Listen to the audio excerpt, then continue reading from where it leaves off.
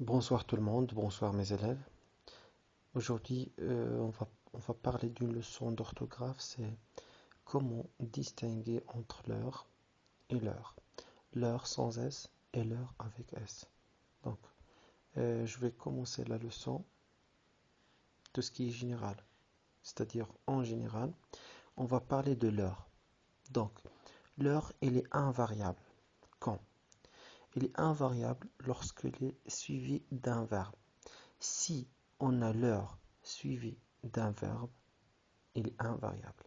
Il ne prend pas le S à la fin. Très bien. Par exemple, je leur donne à manger. Je leur donne à manger. Donc, si vous voyez cette phrase, leur donne, leur donne. Donc, nous avons leur suivi d'un verbe qui est donne. Donc, dans ce cas-là, leur, il est invariable. Très bien.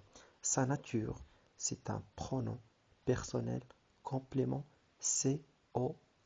C'est-à-dire, il nous a remplacé un COI, un complément d'objet indirect. Très bien. Deuxièmement, si nous avons l'heure suivie d'un nom qui est singulier, un nom au singulier, l'heure, il est invariable. Très bien. Donc, on a deux cas de l'heure. Quand est-ce qu'elle peut être invariable? S'il est suivi d'un verbe et s'il est suivi d'un nom singulier. Très bien. Les deux l'heure sont invariables. La première, s'il est suivi d'un nom, pardon, d'un verbe, c'est un pronom personnel complément COI. S'il est suivi d'un nom, c'est un déterminant. Il détermine le nom. Il prend les mêmes caractéristiques du nom. Si le nom est masculin pluriel, l'heure prend un S. Si le nom est masculin singulier, l'heure ne prend pas le S. Très bien. Juste pour ne pas oublier, c'est que l'heure n'a pas de féminin. L'heure n'a pas de féminin. Juste pour ne pas oublier, c'est que l'heure n'a pas de féminin. Je peux dire la maison, leur maison.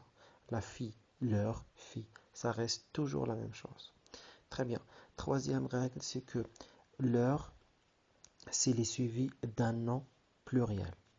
L'heure est suivi d'un nom qui est pluriel, il est variable. L'heure suivie d'un nom pluriel est variable. Sa nature, c'est un déterminant. Très bien. S'il est suivi d'un nom, quoi que ce soit, singulier ou bien pluriel, il tient toujours la même nature. C'est que c'est un déterminant.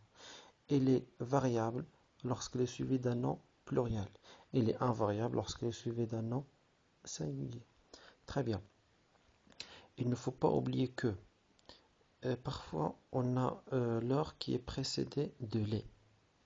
Ils s'accordent. Comment? Par exemple, la phrase ils ont reconnu les leurs.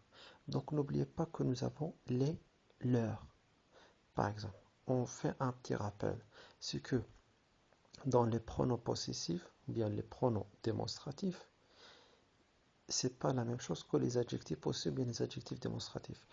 Surtout les pronoms possessifs. Je ne parle pas des démonstratifs, mais les possessifs, parce que leur essai, ça entre dans les déterminants, et surtout un adjectif possessif ou bien un pronom possessif. Les adjectifs possessifs s'accordent, et les déterminants, ce sont déjà les adjectifs et les pronoms. Et les prononcés s'accordent. Mais dans la phrase suivante, ils ont reconnu les leurs. Les leurs. Vous voyez ici, nous avons les et leurs.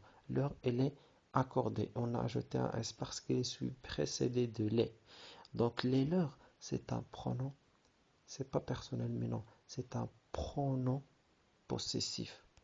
Par exemple, on dit la nôtre, la vôtre, la leur, les leurs, les nôtres, les vôtres. Vous avez les leurs. Est-ce que vous avez compris? Très bien. Nous avons un autre cas, n'est pas mentionné dans cette leçon ici, mais je vais le dire oralement, c'est que n'oubliez pas, c'est que nous avons parfois l'heure précédée d'un verbe. Mais le verbe qui précède l'heure, c'est un verbe qui est conjugué à l'impératif. Donc l'heure, dans ce cas-là, c'est un pronom personnel. Parle-leur de tes affaires. Vous avez écouté cet exemple. Parle-leur de cette affaire. Donc l'heure, c'est un pronom